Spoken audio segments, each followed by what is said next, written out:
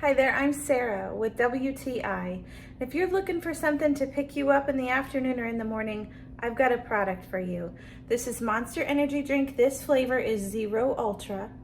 So what I love about this is the pick-me-up that it gives you. The two in the afternoons are the pits, right?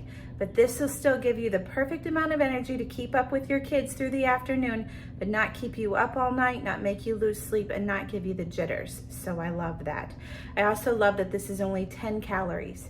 So I can stay on my diet, still drink it, and it just gives you the pick-me-up you need, kind of feels like a little treat. So what does Zero Ultra taste like? That flavor is a little hard to describe. I would say it's citrusy. It has kind of an orange, kind of a lemon flavor, but it's not lemon lime. It is its own flavor, I think. It is very good though, and I really like it. It's not too much sugar, which I love. Some things just taste too sugary to me, and this doesn't. I can drink these, I like them, and I don't see anything wrong with them.